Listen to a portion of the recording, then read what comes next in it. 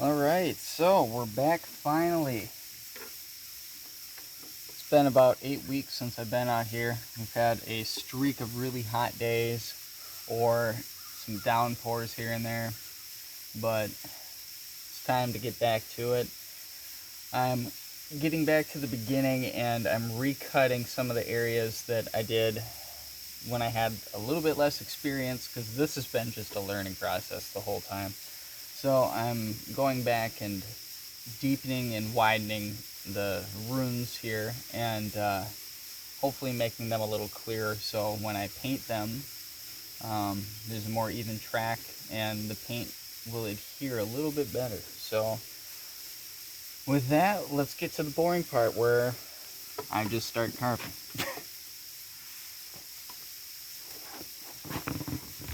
You can't see it in this frame, but I'm standing on this 4-step step ladder that's about 36 inches high, and I've got it kind of balanced in the dirt here, but it's sort of a tricky little situation.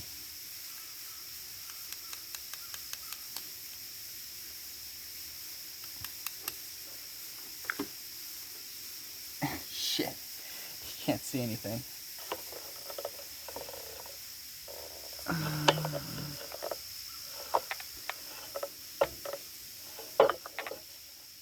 Please stand by. Technical difficulties. Is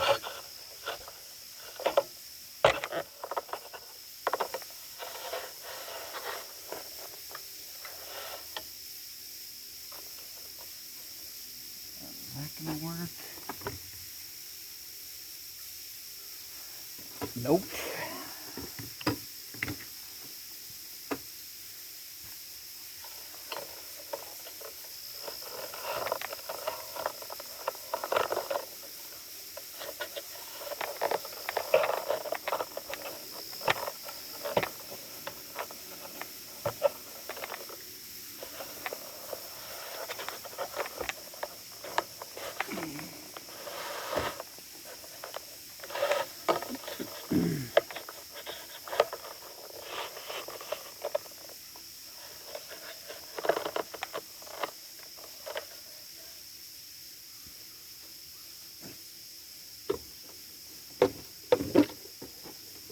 Oh, jeez. What a mess.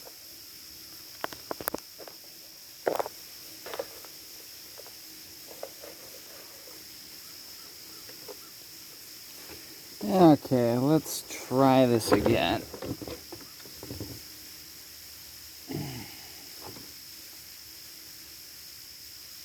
It looks like you can see it.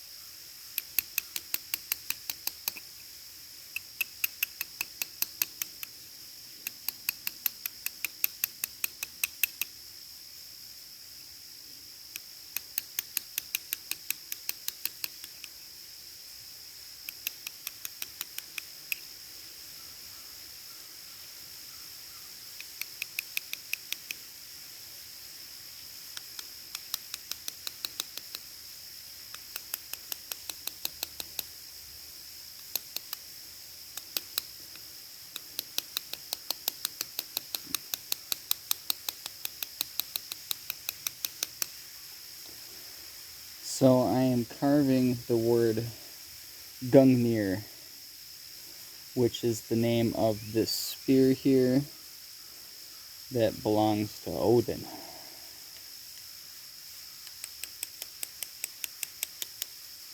The whole point of this is, well, fun, new hobby, a reason to spend time outdoors. Not that I need any more, but and also just kind of an ode to my Scandinavian heritage. It's become very popular with all the Marvel movies and comics and what have you, but if you haven't, I would encourage you to go out there and pick up a copy of the Poetic Edda There's a number of different versions, but if you're not used to reading older styles of English, like the older translations, I would recommend looking into Dr. Jackson Crawford. He does more contemporary English translations, and those old stories are the real stories, not the Marvel ones. And they may be entertaining, the Marvel ones, but they're not the true stories or folklore, or whatever you want to call it.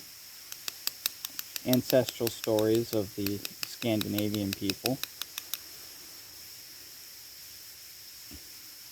And all these are what we call Younger Futhark runes. There are a number of different sets of them, and the Younger Futhark, of course, is to imply that there's an older or elder Futhark. Now, contrary to popular belief, the 24 rune Elder Futhark is not the Futhark, or set of runes. Futhark is basically a number, or another name for alphabet. I'll get to why in a minute, but the Elder Futhark was used for the Proto-Nordic language. And we don't really have very much to go on from that time period. There's far more Younger Futhark, or Viking Age, Old Norse inscriptions than there are the Proto-Norse ones using the Elder Futhark. That's pretty popular. You see it on all the like the Norse necklaces or t-shirts, or like the circular tattoos that has like the 24 runes. Those eventually, what happened is around the year 700, it started kind of changing into from Proto-Norse to Old Norse, and that was used for a few hundred years, but the Younger Futhark developed at the same time. And the strange thing is, instead of expanding like a lot of alphabets or whatever sets of symbols for a language, it didn't expand like you would expect as something advances. It actually lost a number of runes, and it went from 24 to 16, I believe. And yeah, so this whole inscription is done in the Younger Futhark and in Old Norse, so it's in the correct language and the correct set of runes. Now, I did my best to translate this myself, but I was able to find from Dr. Jackson Crawford a video on YouTube where he took and translated the whole story that this inscription is from the Old Norse into runes. And while there's no, it's all basically reconstructed from Old Icelandic, but I figure, and most of what I've learned has been from him and a few other guys that he's cited, but I figure if I wanted something accurate, he would be the one to double check my work against. So that was a fun learning exercise. But I made sure before I went to all this time and work to get it accurate from some sort of professional. And he, Dr. Jackson Crawford, he was a professor of Norse studies at, at Berkeley, and then at Boulder, Colorado, I believe. And he has a pretty big following for learning the Old Norse and different culture things, and what's true versus, or what we have hard proof for versus maybe what can be assumed or imagined. So he's a great source if you're interested in any of this, and if not, well, whatever. I find it hard to believe that somebody decided to listen to my ramblings and watch these videos if they weren't at least a little bit curious in it.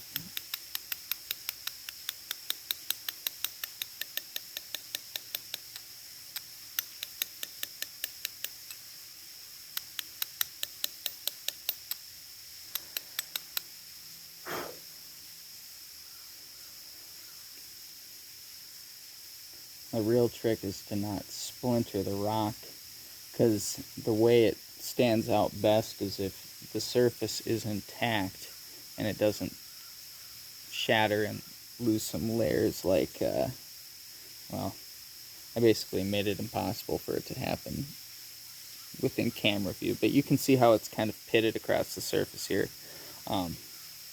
This can break off in small pieces in it if you have that happen, which of course I did all across here in different places. It makes it a lot harder to see it, so I want to have that contrast so it pops out.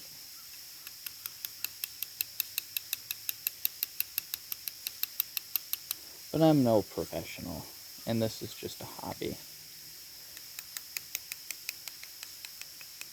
I just hope some people can appreciate it and maybe look it up, or look into some of it, and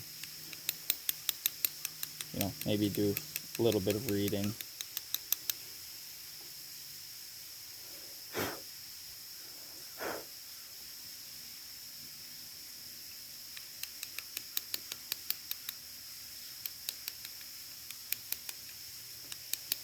So there's two stanzas of a story, and the story is in the Poetic Edda, the same one that I mentioned about here by Dr. Jackson Crawford. It's the Hávamál stanzas 138 and 139, and they're probably the most famous representations of the story about Odin sacrificing himself to himself to learn the knowledge of the runes. It's one of the more famous stories about him. And the runes were looked at as kind of well, it's believed by some that they were looked at as a source of magic, and each rune was its own mystery, and within all of the runes lie the essentially mysteries of the universe, or life itself. So, Odin being the all-knowing, the All-Father, knowing the knowledge of the runes was, of course, one of his many, sets of knowledge.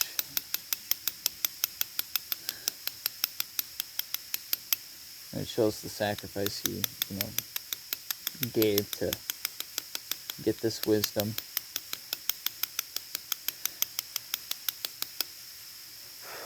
They're kind of odd stories, but neat at the same time. Wow, can you see how big that Daddy Longlegs is? Look at that sucker. Yeah, I don't think... That thing probably has 2-inch long legs. at least the front lead legs. That was neat. Huh? Anyways, back to it, I suppose.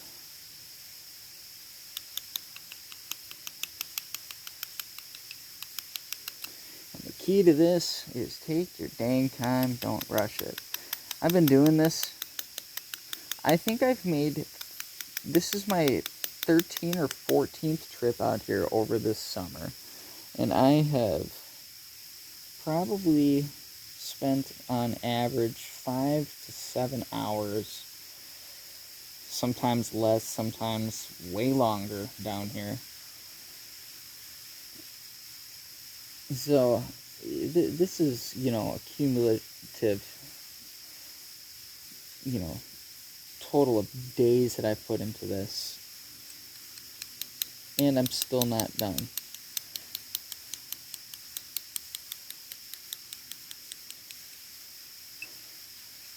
Then doing some other things made it up to Bowfest. That was pretty fun.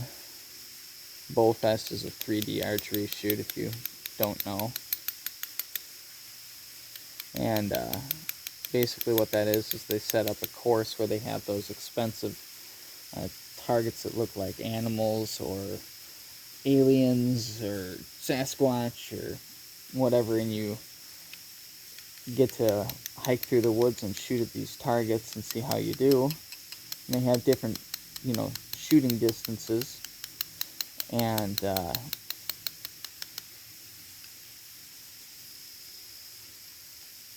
we camped out and did that. It was a really good time. It's actually the biggest one of those in the world, from what I understand. A news report on it after we went. I didn't realize how big of a deal it was. I mean, it seemed like a big deal when I was there, but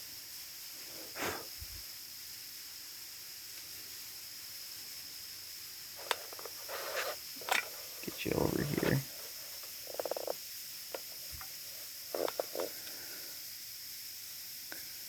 Well, it's gotten a bit better.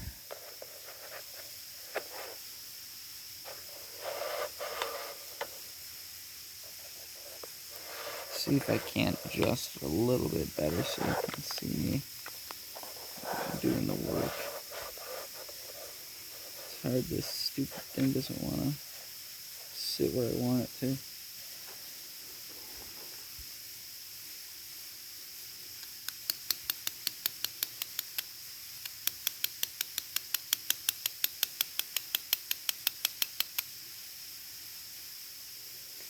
I'm just glad that after it rained last night,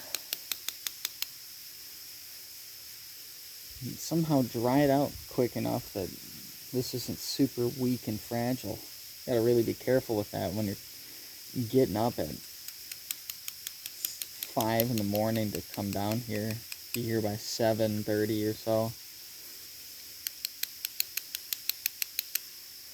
And still be wet. You do not want it to shatter, like I was saying.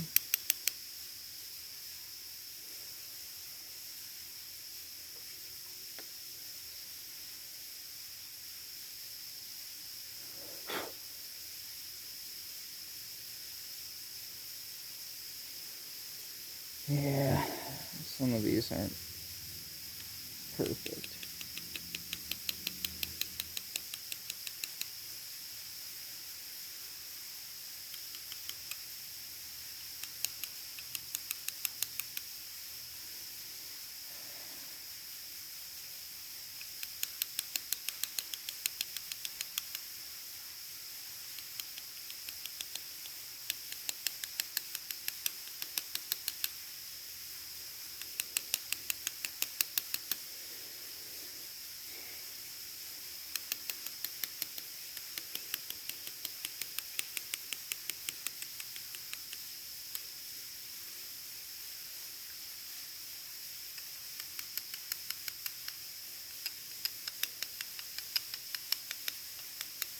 Last time I was out here, it was much drier than it is right now. Like I mentioned, it rained last night. Ooh, I had a nice back crack right there. It rained last night, but we've actually gotten some rain finally. Now the drought hasn't broken, but it's been enough that the bugs have picked back up. And, woo boy, mosquitoes were getting after me. Almost out of bug spray, but had enough. I have to pick up some more. Should make a note of that in my Google Calendar.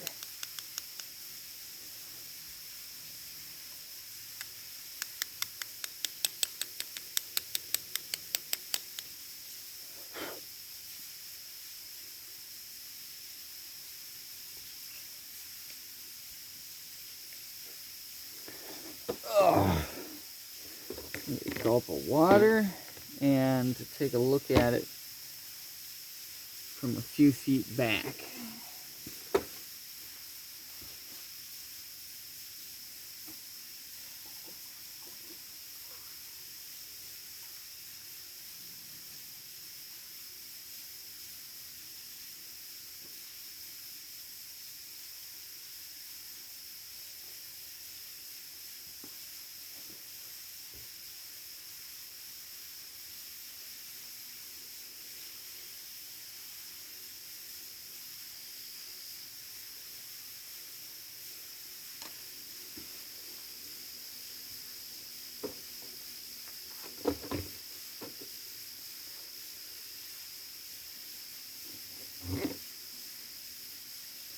Okay, so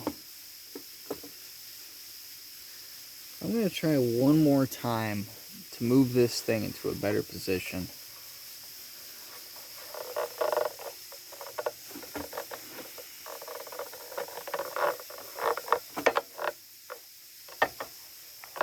So bear with me yet again as we go on this adventure.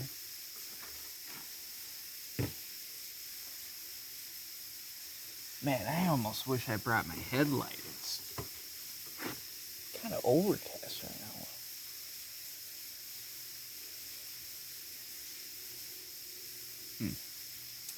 Let's see here. Yeah, this might do it. Oh yeah, here we go. I guess I was trying to give you another angle, but that didn't want to work out too great. Let's see here. I gotta get this thing seated back in the...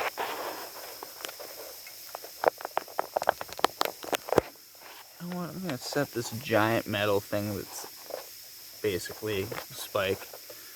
I'm gonna set that down. Before I do this, so I don't stab myself in the face. Because that wouldn't be...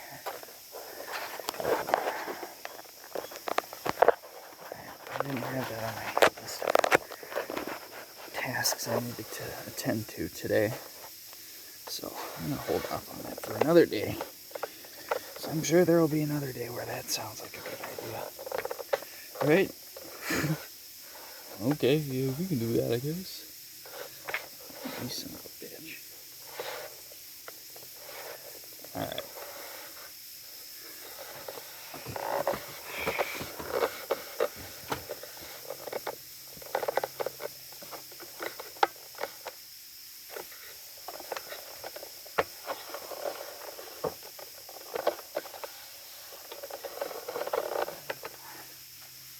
Oh, there we go.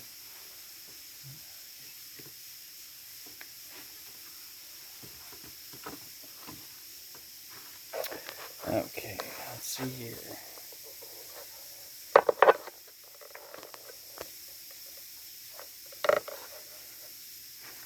Here it is. So, yeah, see that like chipping? You can see the evolution of me learning to space things out and make bigger, more clear runes as I progressed. I'm just shocked somehow this turned out as reasonably decent as I feel like it did. I'm not a pro stone worker.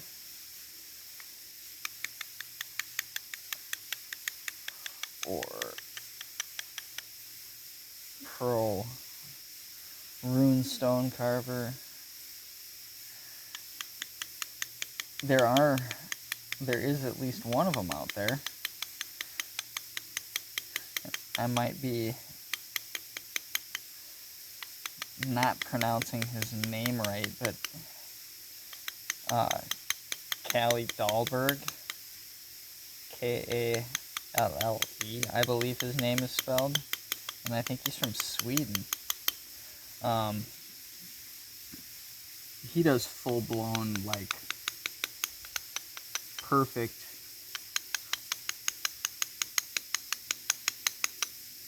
recreations or completely new commissions for people. I would tell you to look into him too, because he's way better than I am if you're interested in this stuff. I've learned a lot from watching him. So hopefully my product does a little bit of justice for my first time.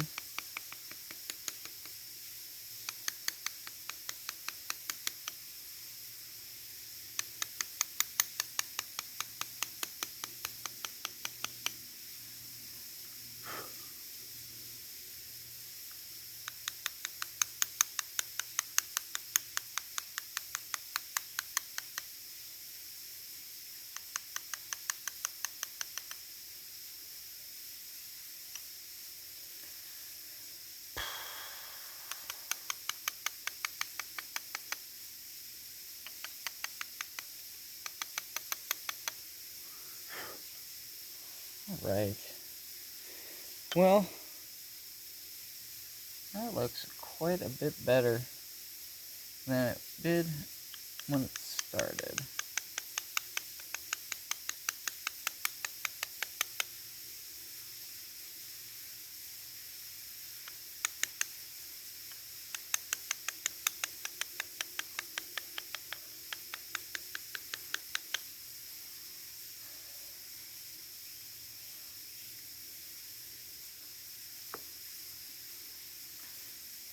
That should be. I think that's okay. Alright. Well, how long we got? 27 minutes? You know, this first one has been such a fustercluck. I kind of feel like I'm going to cut it here. I'm going to take a little bit of a break, but then I'm going to start at least this row. Maybe this one too. This one isn't going to require a whole lot, because like this first row of runes is probably one of the better, if not the best looking one of the whole bunch, and I don't know how. It's certainly the best of the ones this size, because I probably make it